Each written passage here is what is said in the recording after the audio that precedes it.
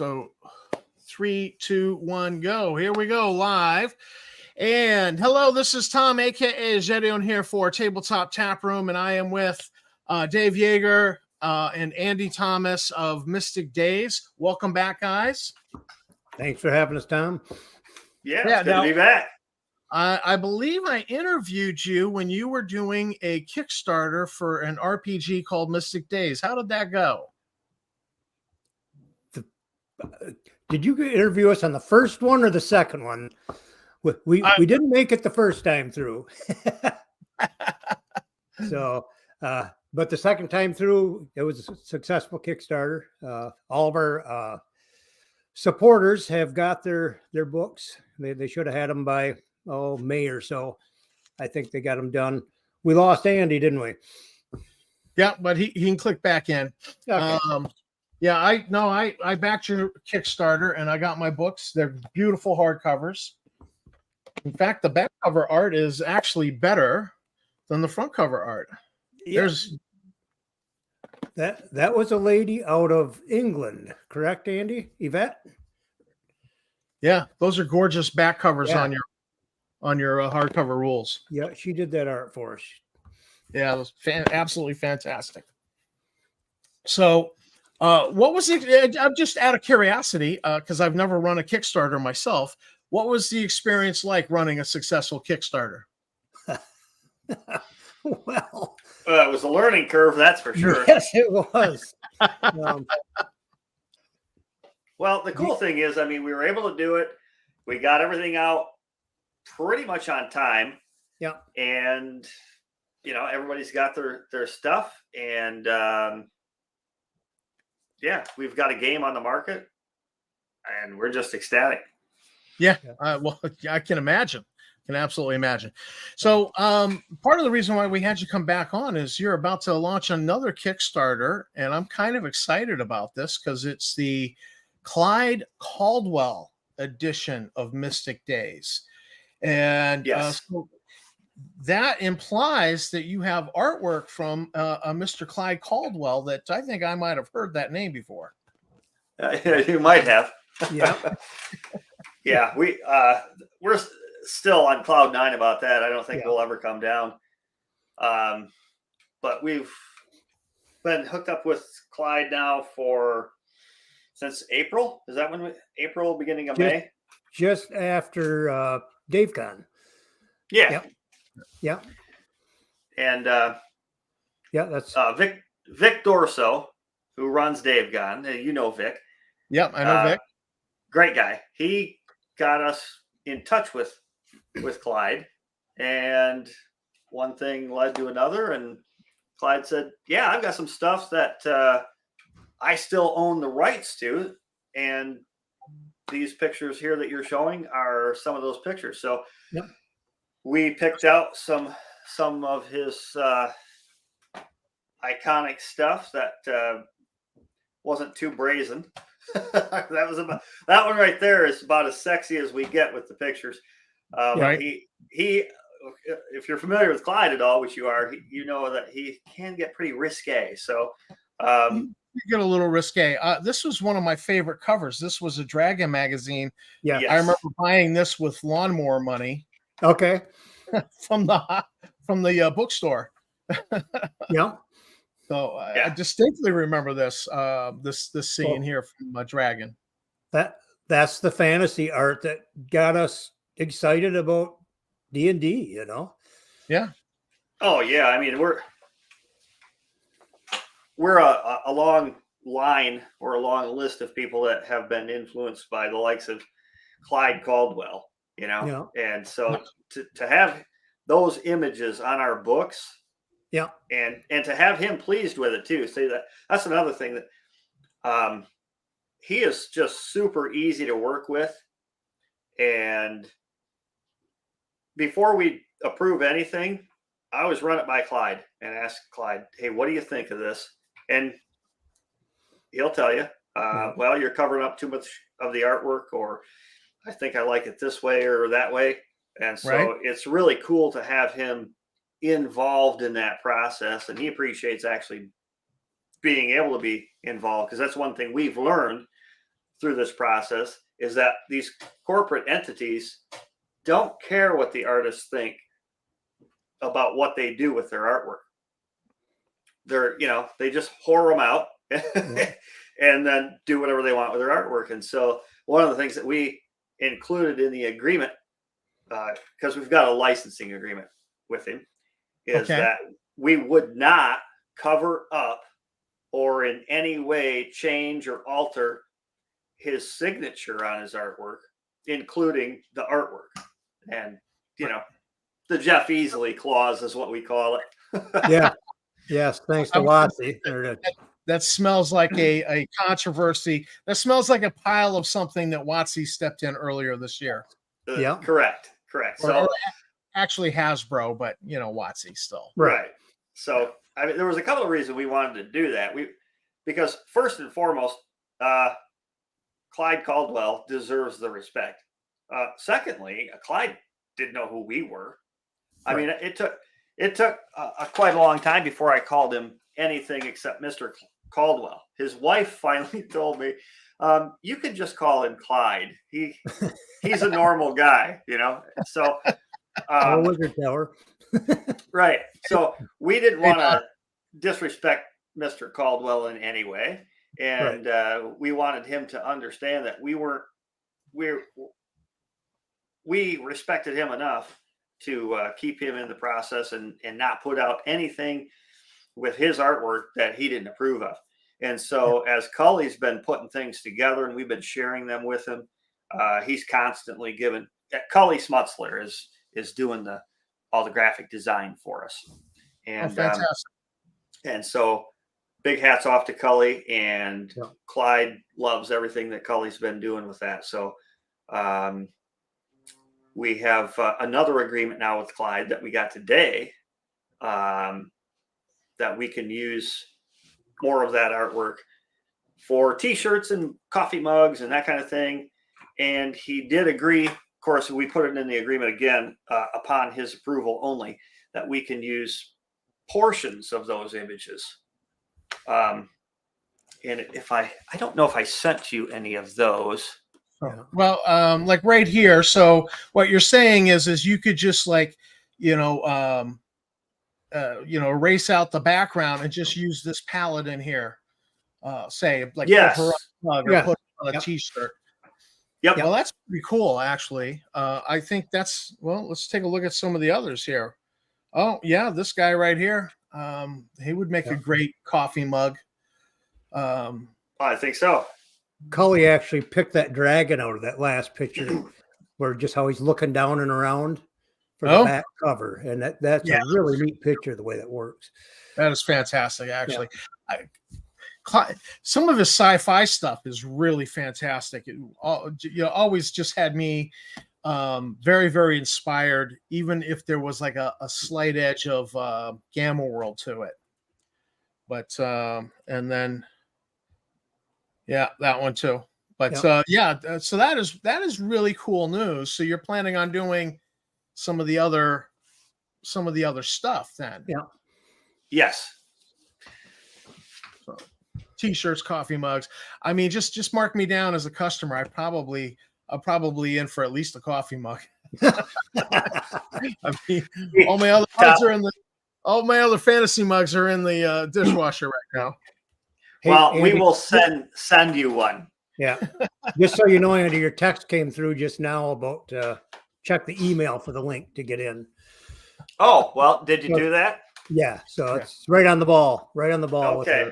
Well, that was my miscommunication. I sent it to Andy and IM, and I forgot he never responds fast to IM. He always responds faster to text messages. Yeah. So that was kind of I bobbled that one a little bit. Yeah. Now, so this Kickstarter is coming out in September, I believe. Yes, September 1st. And right now, if you want to follow it, you can go to Mystic Days Facebook page, and the links are up there, or mysticdays.com. The link is there, so you can see kind of how you can see how the Kickstarter is going and follow along. We haven't added anything new, I think, for a little while, but we've got it up there, and we've got some tiers and stuff. We're building it. so it's in process right now, but you can check it out and follow us. And well, I think I can do a link. I can do a link in the show notes as well. Okay. Cool. Because I was having some bandwidth trouble here. I clicked out of all my tabs just in case any of them were using memory. So I can't. I know I had the Kickstarter open in one of those tabs. Unfortunately. Okay. I was just there recently, but so the Kickstarter's happening September 1st. Yes. And now, what other than the cover? And frankly, the cover's probably enough for me. Yeah. I mean, is there going to be anything different between because like I said, I already got the gorgeous hardcovers, by the way. Yep. So, and I said that to Dave, you clicked that, you bounced out and then bounced back in. But so these are absolutely gorgeous hardcovers, and I love having them over here on the shelf.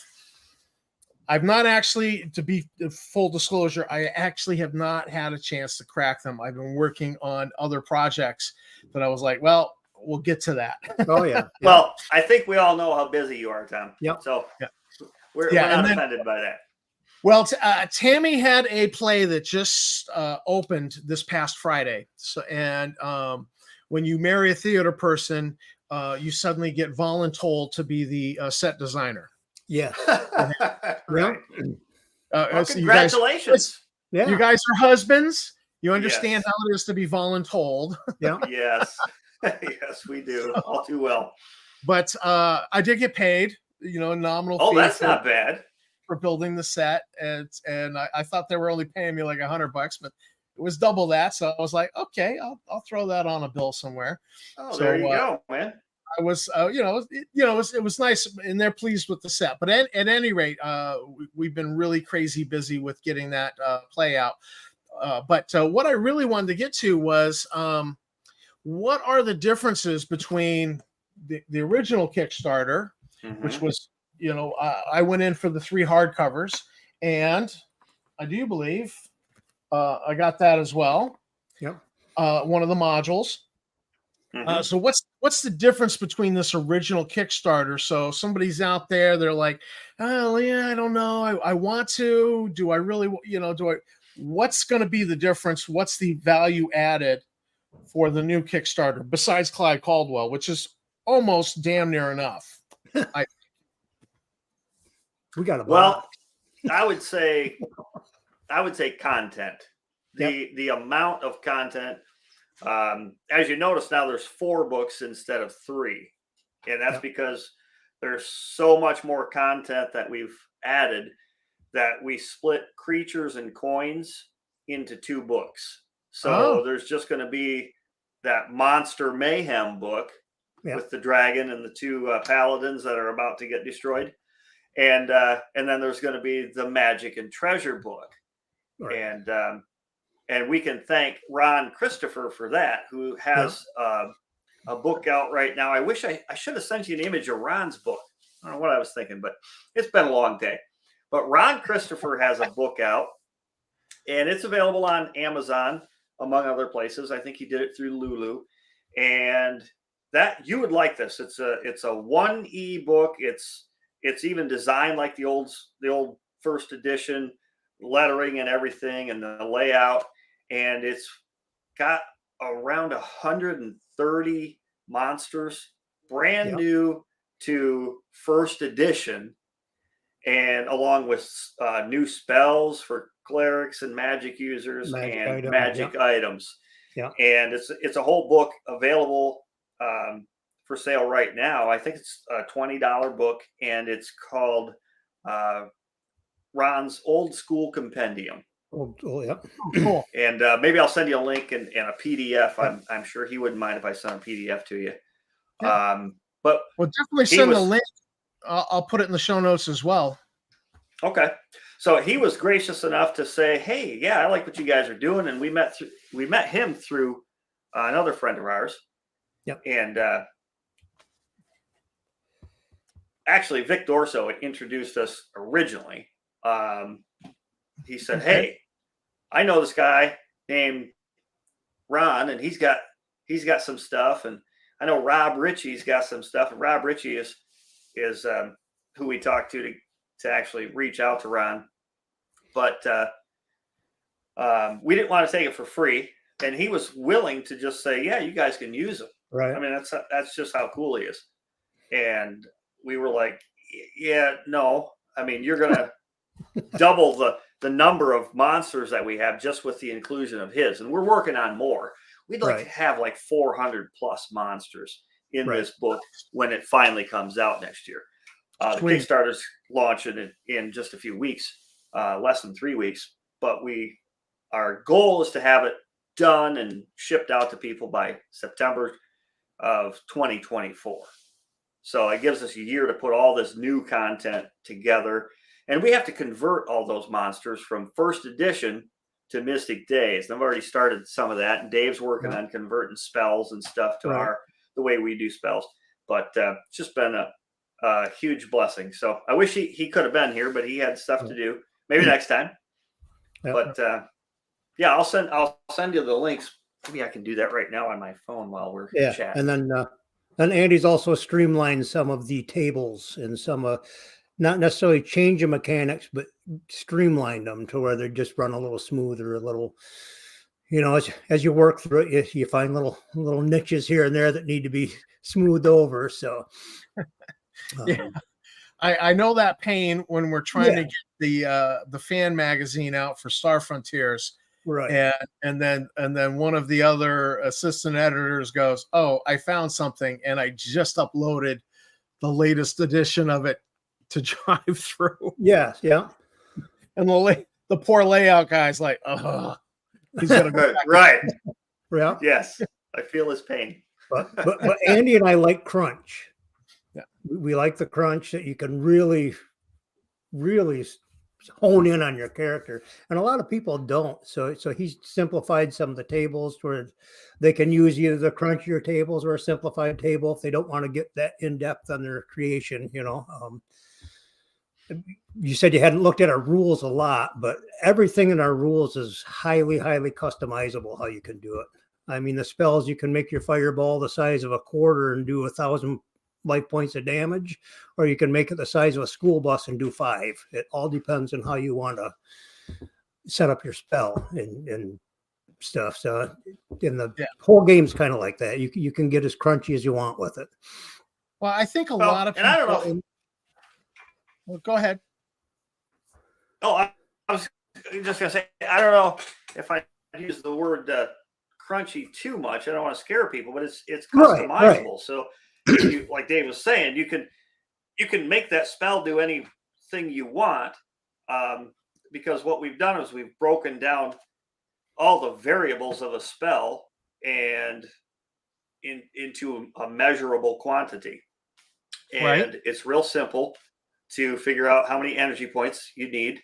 And we've even made some pre-made spells for those people that, well, I don't want to do the math, because you got those people out there that don't want to do the math. They just want to cast a spell. So we've made some pre-made spells, and those are in the first edition white cover books. But we'll have more of those in the next. And we'll have over 300 spells, which we already have, but we'll have more magic items and all kinds of stuff. But I think our game is just really customizable in that you can do anything you want according to the attribute scores of your character. If your attribute scores are high enough to use magic, then you're going to be able to try anything you want. But just beware, because the way we do it, we call it a roll-off system. It's contested roll. So if you want to cast a spell, you have to beat the magic die. And you have a die that's based on your wisdom score, and high roll wins. So if you don't win, then something can happen, good, bad, ugly, or there's consequence. I mean, there's always a consequence. Something always happens with the magic when you're dabbling in that. You sound a lot like Professor Dungeon Master over at Dungeon Craft with his magic system that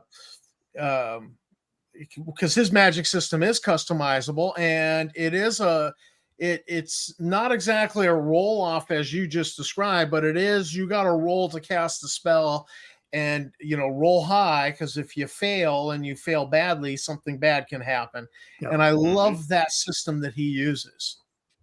Yeah. Well, it brings caution to the players, and players that like overpowered characters, the OP characters, the superhero 5e characters, those players probably won't, at least initially, enjoy the game, because their character might meet a short demise on their first spell. So you just have to be cautious. A rule system causes players to think strategically through combat and through magic use. Yeah. And that you was don't our cast goal. magic just to cast magic. Right. You don't use magic to light a fire unless you absolutely have to. Right. You're speaking my language here now a little bit. Yeah. Yeah. But I think what we've accomplished though with it is, because you always want a trade-off. You always want, if you've got something that's really powerful, you should have a risk. There has to be a risk reward system. And I think what we've done with Mystic Days is we've built in a really balanced risk reward system. Yeah. So if your spell goes off, well, then you're rewarded. If it doesn't, you might not be rewarded, but there's also good things that can happen if it goes wrong. It's just stuff that you didn't expect. But with the risk reward system, it causes, I think it brings a lot of realism into the game in that way. Mm-hmm. So, and everybody that's played it loves the magic system. Yeah. I mean, you can try anything your game master will allow in his game. Well, and you can try it, but that's what holds you back, is that possibility of, if you dump a lot into it and you're not that wise, you could do a total party kill. You could wipe your party out. Right. So part of the reward versus the risk, because it can be so deadly, the reward part is that, unlike a lot of games, and I'll just use D&D as the example, a D&D magic user has a set amount of spells or spell slots or whatever that they have for the day. Right. In Mystic Days, you never run out of the ability to use magic. In the difficulty will increase, but you never run out of that. And there's no idea that, you memorized a spell and you used it and then you forgot it suddenly. Somehow you just developed dementia. So that's the reward side, that you just never run out of magic. But the risk is, anytime you use it, it could really be bad. Yeah. Well, I love that Professor Dungeon Master, when he says, "Go ahead, just roll high." Yeah, right. Yeah. Exactly. Yep. It's like, yeah, right. Bad and in our game, you win the roll off. That's how you do that. Just roll higher than your opponent, which sometimes is the adventure guide, which is the game master. Right. Yeah. Now, any other questions on magic? Well, I was going to bring up some more of your artwork here and ask you to comment on it. We've got we got this guy here with his axe. This is who's the artist? William Hart. We call him Bill, but his professional name is William Hart, and that's I think we named him Grulock Head Splitter. Yep. So his best disposition is nasty. So he reminds me of an ogre miniature I painted that I named Elf Slicer. I literally painted Elf Slicer across his base. Yeah. So and then this looks like William Hart again. I see a signature. Yeah, and that picture was drawn specifically for part of the uniqueness of our combat system, because what we've done with pole arms, we think, is we've brought them to the forefront of combat where they should have always been. Some games, a weapon is a weapon. A spear does just as much damage or maybe less than a sword, and that's it. But with the system that we've developed, every weapon has what we call a reach bonus. So a dagger might have a +1, but that spear or that weapon she's holding might have a +8. So your pole arms suddenly give you an advantage in combat. And until your opponent breaches the point of that spear and gets past it, you've got that advantage. I see. I was speaking with Tony Curtis out at Tower Games in Minneapolis, and he said that was the reason one of his customers went over to the shelf and purchased all 3 of our books. Right. As soon as he heard about what we do with weapons, he had to try it. So we're pretty stoked about that. Yeah. Oh, fantastic. So let me click to the next one then. Oh, all right. Yes. So that's kind of a little gruesome and scary. Yeah. Yes. That's some of Bill's finest work right there. That is the Cory Capra, which we did a little twist on lycanthropy. So in Mystic Days, and we call it something different. It's called Loganphoria, but it is the disease which causes a character to turn into this monstrous thing under the light of the moon, and you'll see 2 moons in that picture. Well, what we twisted it, or how we twisted it, was that this disease does not affect elves the same way it affects dwarves or the same way it affects gnomes. And so a human will turn into what we call a werewolf, because we don't have wolves, we have wargs.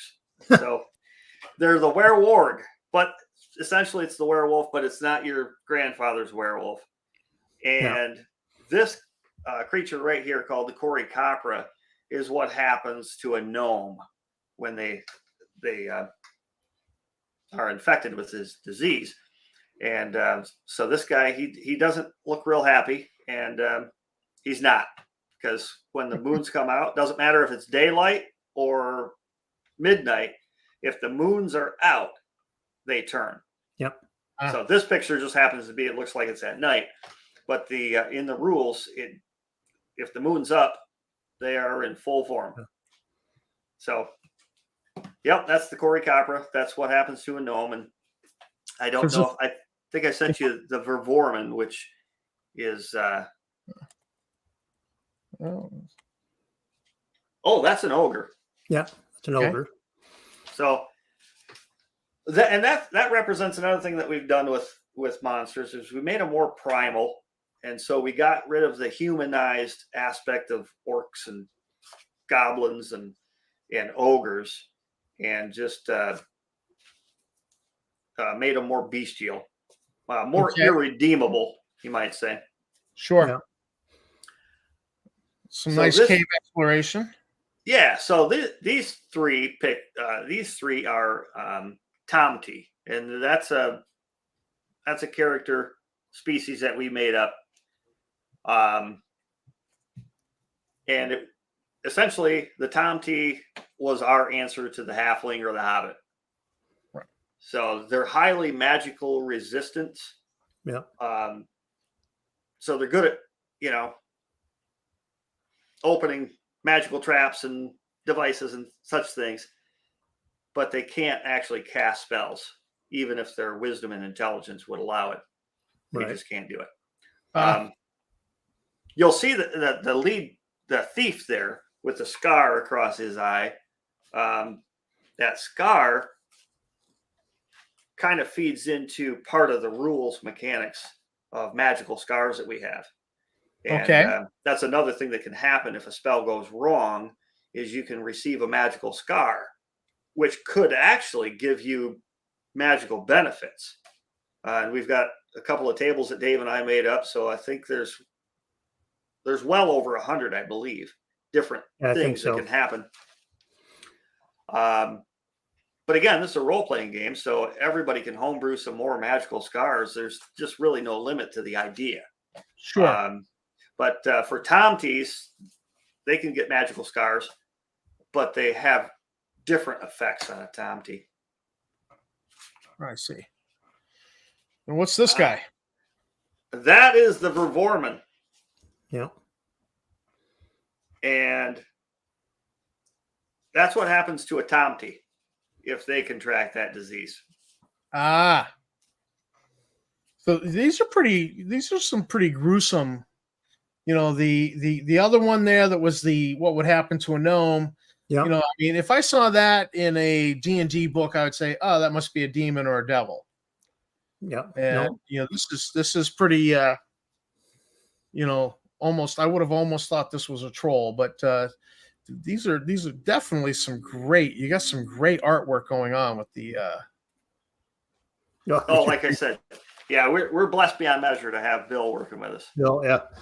I was sitting beside him at an auction at DaveCon, and he's got this little notebook and all that's sitting at the auction. He flips it open, doodles a little bit, and he's doing this little elf girl, and he'd close it, and then he'd open it back up and close it, and I'm looking at him thinking, wow, you know, because that's the one thing that we're kind of lacking in the first book is art. You know, we really would love to have filled it up with art, but we didn't get that far in our Kickstarter to where we could afford a bunch of custom art. And yeah, he's great.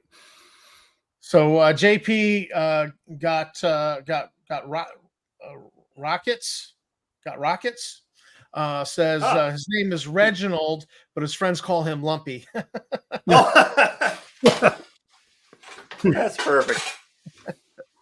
So, yeah, I'm, you know, this is artwork is always the tough thing. And, you know, when you're first starting out, I think people will forgive you for, you know, if you're a little light on the artwork, but, because I know in producing fan magazines, that's always the challenge. And these days where I've got 3 artists that I've relied on a lot. I've got one rule with them. If they hint that they're busy, if they got a lot of stuff going on, I leave them alone.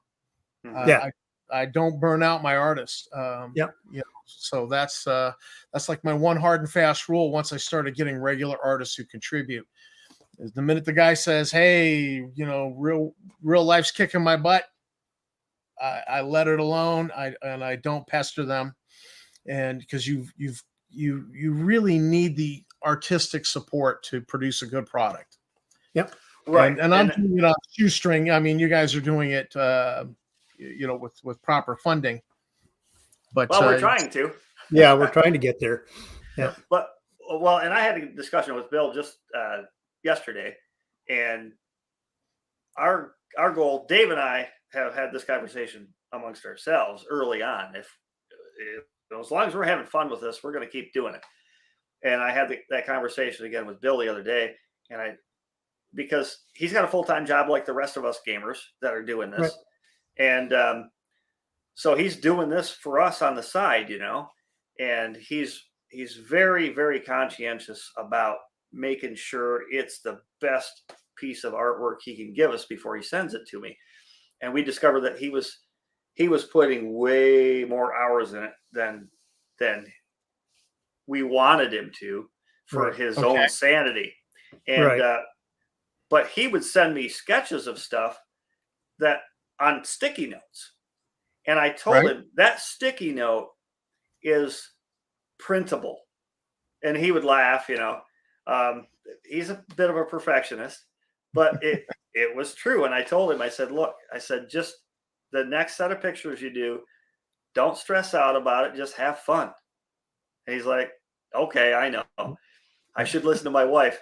Well, that's because his wife told him the same thing. Just have fun, because she lives with him and she sees him work every day. And she told him, when you're having fun, you do your best stuff. When you're just doodling around. So and his doodles I would put in the book without a hesitation. Oh, absolutely. Yeah. We've got stuff that he does not want us to print. Right. Because they're not up to his standard, but we would say, come on, man, that's beautiful. Yeah. People would love to see that. Yeah. You know, even for his page fillers. I just pestered one of our regular artists who did the last cover for us. I'm like, you got any test sketches? I need a full page image in the magazine. I need one. You got a test sketch, and he had test sketches. I'm like, I'd almost use this on the cover of the magazine. Yeah. Right. That's what I'm finding. These great artists are way harder on themselves than the rest of us that love their work. Yeah. We see their work and we're just blown away. How do they do that? They see their work and they see all kinds of errors and things that they could have done better. They just do. Yeah. So that's our challenge with our great artists. Yep. Yeah. I was just flipping through one of my sketch pads, and I hadn't touched the sketch pad in like, I don't know, 3-4 years. And I came upon a picture I abandoned, and I'm like, why did I abandon this picture? This is cool stuff. And I've been scratching my head. I can't figure out why I abandoned that picture and never finished it, other than just, I don't know. I mean, but definitely. I didn't know you had the artistic ability, Tom. I do a little bit here and there. And what had happened is that I was working with an editor of a fan magazine, and he got perfectionist on me, and he would not publish the magazine unless we had an illustration for every single article. And I had 7 articles in the wow, in the publication queue. And so, just out of defense of my writing, I started attending sketch groups and buying books and reading them. And just, you go to sketch group every week. And be fickle. Right. And next thing you know. So, yeah. But so I like to write more, and I haven't been drawing much, but I've been dusting it off. I've been chit-chatting with one artist on Facebook, and he just did our cover that'll be the cover of issue 29. And just through talking with him, I'm like, ooh, I got to touch my pencils again. Yeah. Here's a thought for you, Tom. I would tune in, and I think the rest of us would. If you had just every so often, Tom's sketching video. Yeah. Kind of like a Bob Ross. Yeah. You have to let your hair grow a little bit, though. I don't know. I know that Aiden has. He was talking with me about his. He had a hard time he was trying to do those sketching videos, and he said, yeah, I just can't talk while I'm drawing. It doesn't work. I'm like, record the video, kill the soundtrack, and then do voiceover, and you can talk about the drawing as you draw it. That might work. I don't know that I'm there. That my artwork is there for the people are going to be like, ooh, Tom's artwork. But maybe you could. Here's an idea. Here's an idea for you. You could lead into your video with you sketching at your pad there, and then give us a few seconds. Maybe at the end as you sign off. Maybe that could be your sign off. You turn and you're sketching on your pad again. Yeah. Yeah. Well, but it's not my first love. It's not my first love. It's writing's my first love. I like to write, and I do illustration work just to help the magazines, to help, I'm not the star. We've got some stars. They're, Aaron O'Brien, Jerry Boucher, Scott Mulder. These are our stars who constantly have donated artwork and have kept me doing fan magazines and looking good. I do throwaway illustrations basically, but I could show you some throwaway illustrations. Yes, Dave can. That's a story for another day, though. Yes. Yeah. So it's it's a struggle, and that's why I explored AI art for a while. I was really digging into it, going, all right, well, maybe I can trick AI into doing some of these sci-fi creatures I need illustrated. Mm-hmm. And but as I dug into the issue of AI art, it became problematic. I began to see, no, I don't think so. But so there's a question. Where are you guys on AI art?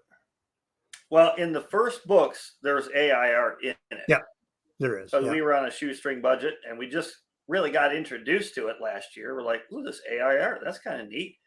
But it has serious limitations. I don't know that it always will, but I think it will, because the human element, you can't program that to a computer. I mean, you look at the pictures on the green screen behind you, Tom, and you can't.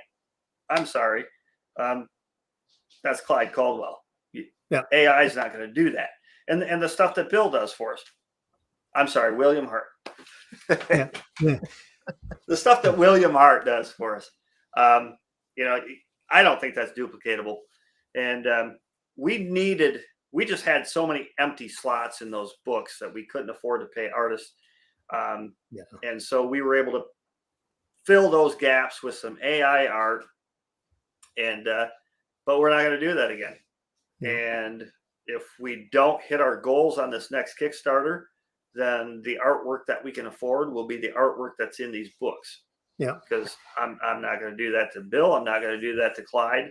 I don't want a Clyde Caldwell cover and then inside it's filled with AI art. That's people with 14 fingers to me. Right. That's just wrong to me. That's not gonna. It's just not gonna look good. No. And you'll probably it doesn't capture the spirit of the gaming community. It just doesn't. In my opinion. And I think we saw where the head of the gaming community's at with the pushback that Hasbro Wizards got over erasing Jeff Easley's name.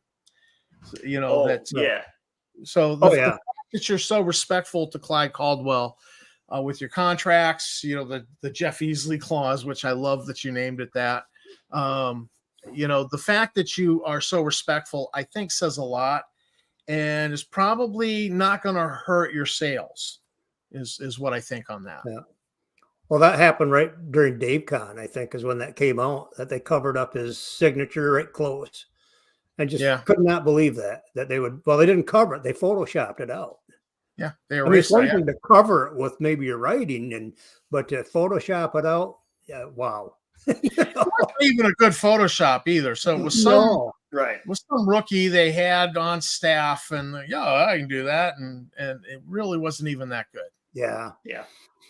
So. Well, we're still learning. We're noobs in this industry, but just from talking with Clyde, he was kind of taken aback when I mentioned that we wanted to put that in there, because he told me, he said, I've never heard of anything like that before. And that's because the industry, the industry, that's how they treat artists. But he's also never heard of anyone actually erasing the signature off of the, covering it up is something that was common. A lot of times, if the picture had to be cropped or whatnot, you might crop out the signature. But he had never heard of what Hasbro did, or whatever the studio was that did it. He'd never heard of that in his entire career, and I don't think the rest of us had either. So that was all new. No. Well, I think that's also, if I'm not mistaken, I don't know if we can see it on any of these pictures. Oh, there it is. Let me bring this up. Right here, there's this Caldwell signature. It's very artistic, and many times it's actually put in there where you can't crop it out. Where you would harm the picture to crop it out. And DAT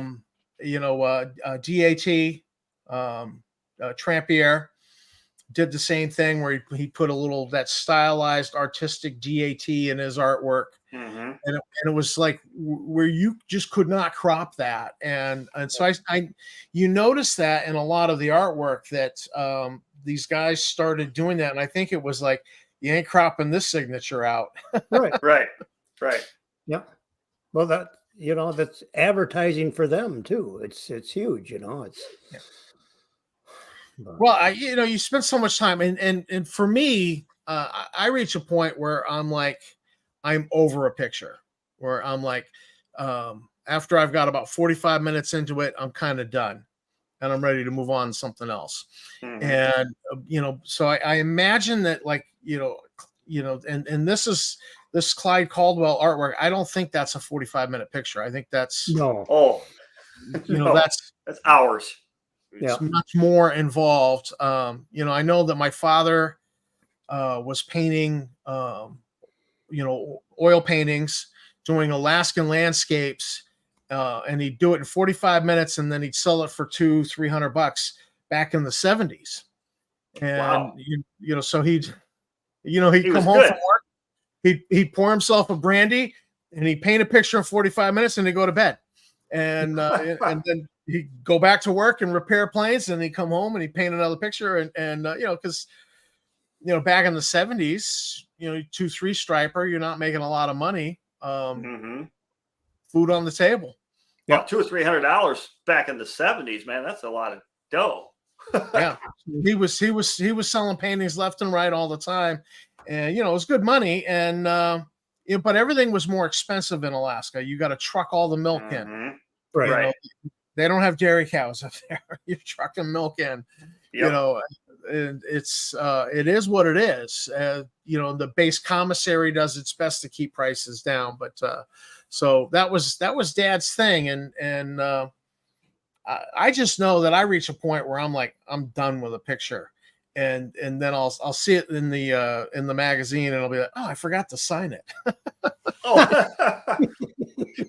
I'm like, oh geez, I didn't sign it. Oh well, but that's just me. That I reach a point where I'm like, I'm over it. Right. Like, but these guys, the artistic signatures they put in there, Trampier, Caldwell, Elmore, you know them by their work, but they often, you put that particularly DAT where he'd put it where you just could not crop it out. And I was like, good man, Mhm. Yep. I think artists should get their credit. I think they should get Yeah. their credit, get their money. Oh yeah. And I definitely appreciate you guys going out of your way to try to treat Clyde Caldwell so respectfully. Causes me to have nothing but respect for you. Well, I don't know. It just seems like normal social behavior, quite Right. frankly. I mean, we do the same thing with Bill, William Hart. We wouldn't do something like that with his either. Right. And Crop same on the with signature, or that's just And the same with Ron Christopher, who's given us all these wonderful new spells and creatures, and so no, I don't know. It's just, well, you say it, just show respect, Yep. That's all it is. But And maybe in this day and age of AI artwork, the fact that you're doing business this way, maybe it just might be like enough people start talking about it that they're like, oh yeah, we want to do business with them, not with them.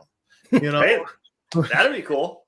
Maybe you might start hopefully you could be starting a new trend that would be really awesome to see, that the artists start getting respect that they're due, even in the midst of this whole AI revolution that's not going to go anywhere. No, I mean, AI is here to stay. Unfortunately, Right. it's not going to go away. Yeah. And it's probably only going to get better.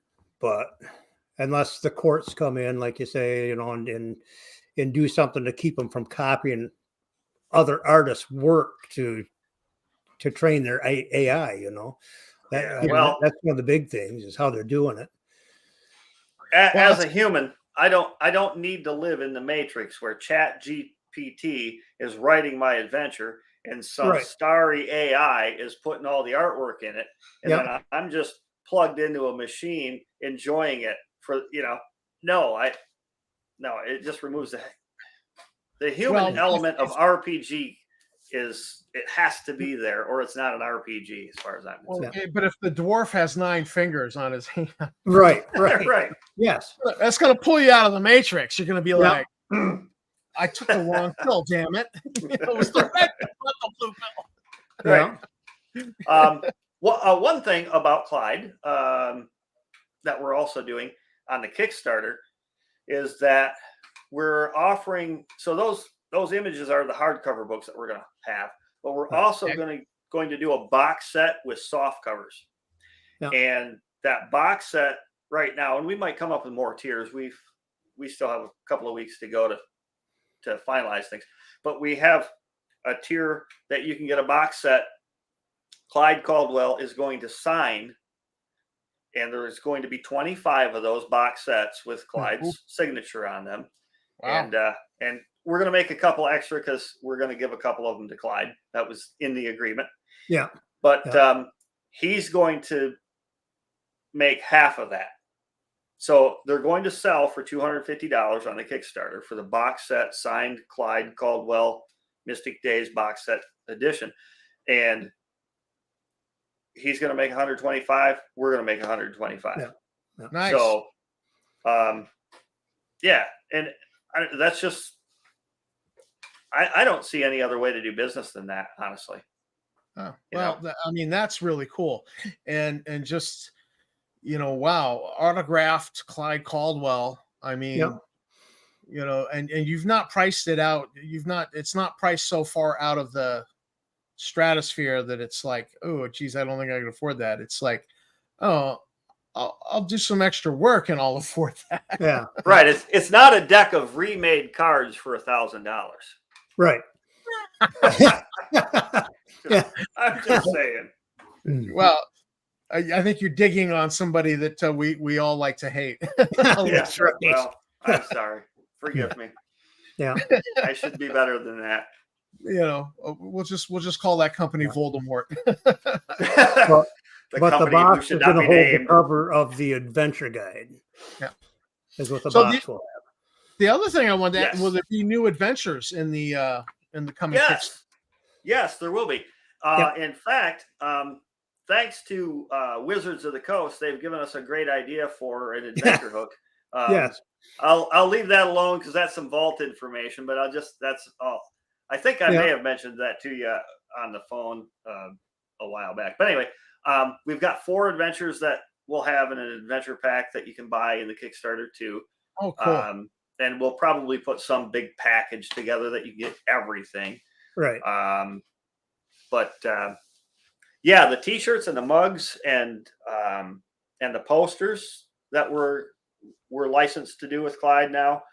He's getting a percentage of those sales too. So very cool. So we didn't just, buy his artwork and then, go to the bank like everybody else does. We want to share a piece of the pie because honestly, the Mystic Days pie only exists because everyone involved put some ingredients in there. So we just want to share. Everybody gets a piece. Yep. Fantastic. I love that philosophy. Just nothing I hate worse than hearing about some boss, my plumbing partner, when I was in plumbing, his father was an accountant and he worked for this huge company. Guy owned a factory and he had a lot of employees and he went to him and said, listen, if you take this much money and do it as profit sharing to the employees, I can write it off this way and I can save you this much on your taxes. And the owner of the company's attitude was, screw them. I'm not giving them anything. And he would rather pay more in taxes than do a little profit sharing with the employees. And I remember Ed telling me that, thinking, what an idiot. You could have kept back money from the government mishandling it. And by just spreading a little bit of love, and your employees would have been like, wow, this guy gave us a $200 bonus. Ooh. Right. Well, that's what greed will do. Yeah. Which is sad. So I mean, it's always nice to make money, but if you're not paying the people what they're worth and all the people that help you, you don't deserve to. Right. Yeah. I would rather spread the wealth. Yeah. Somebody helps me get somewhere. I would rather take care of them than me get ahead and have an extra $100 in my pocket. Right. Mm-hmm. That's just how I feel. So I appreciate what you guys are doing. I'm so looking forward to Clyde Caldwell. Is there anything else you want to tell us about your RPG before we wrap this up? Boy, I could go on for hours, so I don't know if I should Right. even start. But we're just thrilled to be, we're thrilled to have our books on the shelf. We've got posters advertising the Kickstarter in game stores across the nation that we're super thankful for. The community has just been great, been very receptive to Mystic Days, and they want to see us succeed as much as we want to see the next guy succeed. And that's, all of us indie developers, I think, are really rising the tide of what's happened with Hasbro and these corporations that just could not care less about the gamer. They just want more money. And hey, we need money, because I can't call the electric company and say, hey, can I give you a chicken? No, they want cash. So we need money. Everybody needs money to live. That's a given. But if I've got enough, I'm happy. If my bills are paid, I'm cool with that. I don't need to be Elon Musk. So but anyway, apparently Watsy needs to, because they feel they've under monetized their customer base. Sure. Well, as far as the game goes, I think I would say that it's definitely worth a try. We've got a free quick start rules download at mysticdays.com. We've also got it on our Kickstarter, the link there. There's 2 downloads. There's one just for players, and it has the image of the player's book on it. Okay.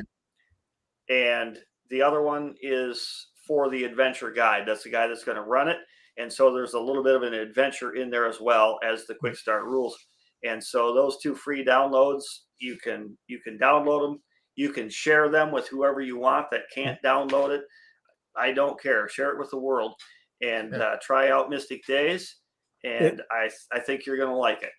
It'll get you familiar with the mechanics. It's designed to where you got to use the mechanics and get a feel for what they're like. Yeah.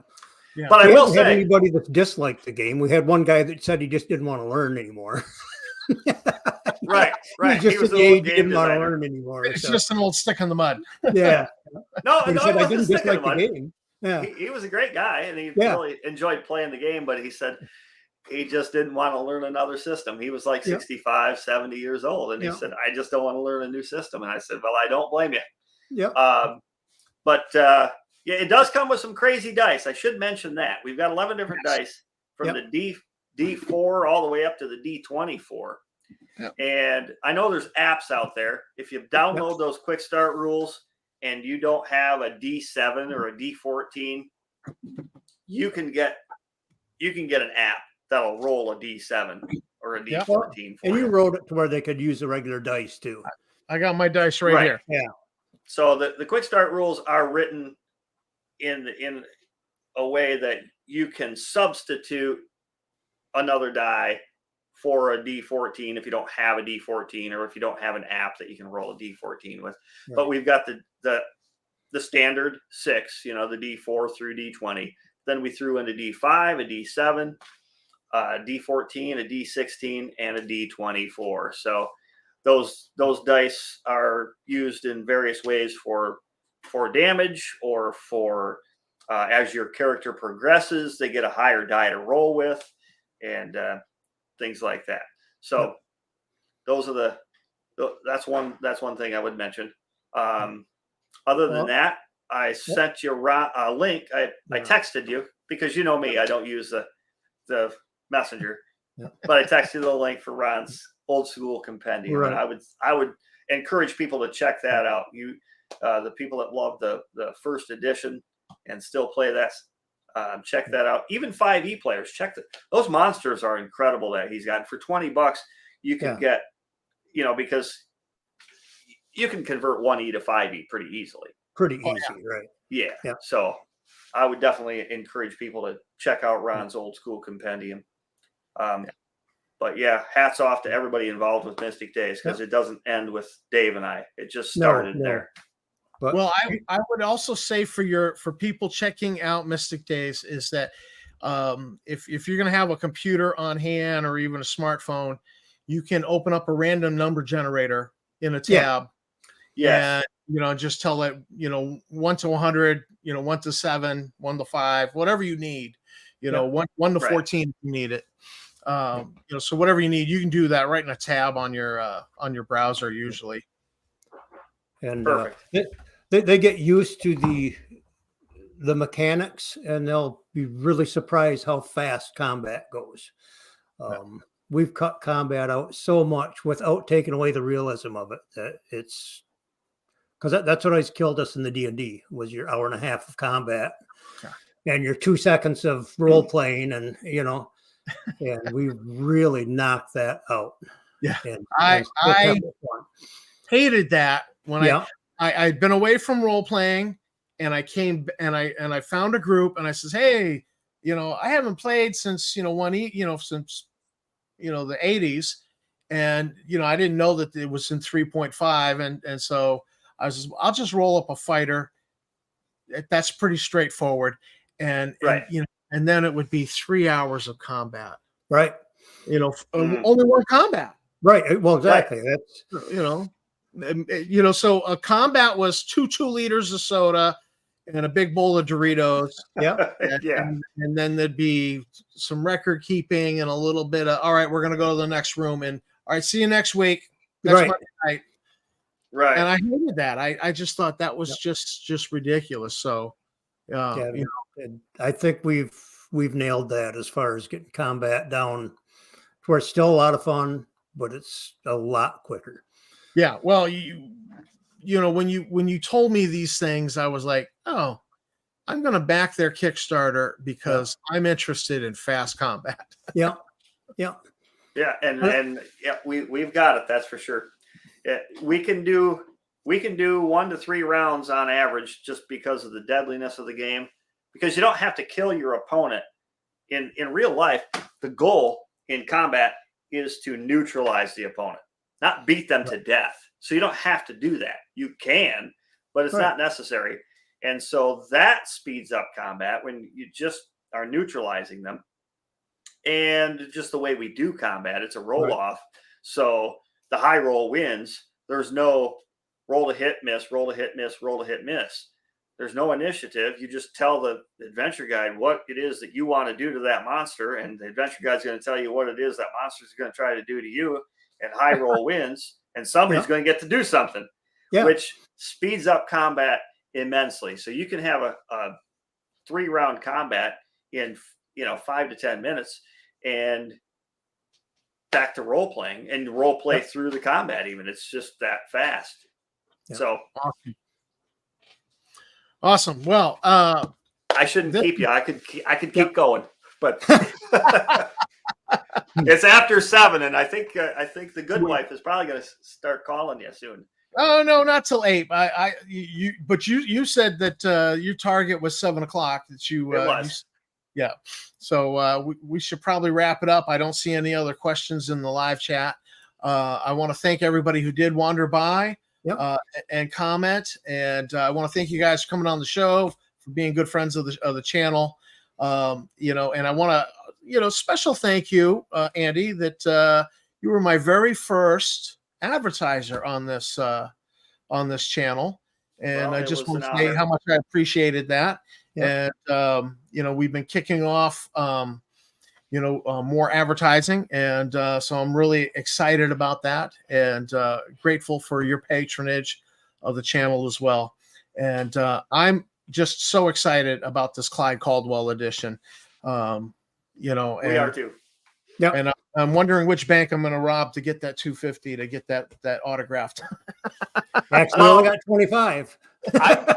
I'm going to be sending you another check here pretty soon, so you can set part of that aside. There you go. So we appreciate you letting us on, Tom. We really do. Yeah. All right.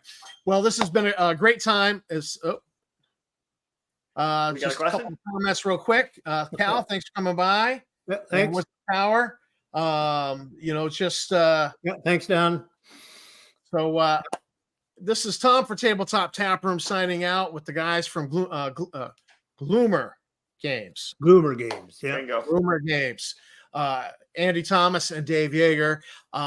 Really excited about what you're doing, and I'm grateful to you for being so respectful to our veteran TSR artists. That we're losing them slowly but surely, and I just appreciate you being so respectful with Clyde Caldwell and just and bringing a wonderful artwork back into the hobby with your product. I just appreciate it so much. No, it's an honor. Thanks, Tom. Yeah, thanks for having us, Tom. So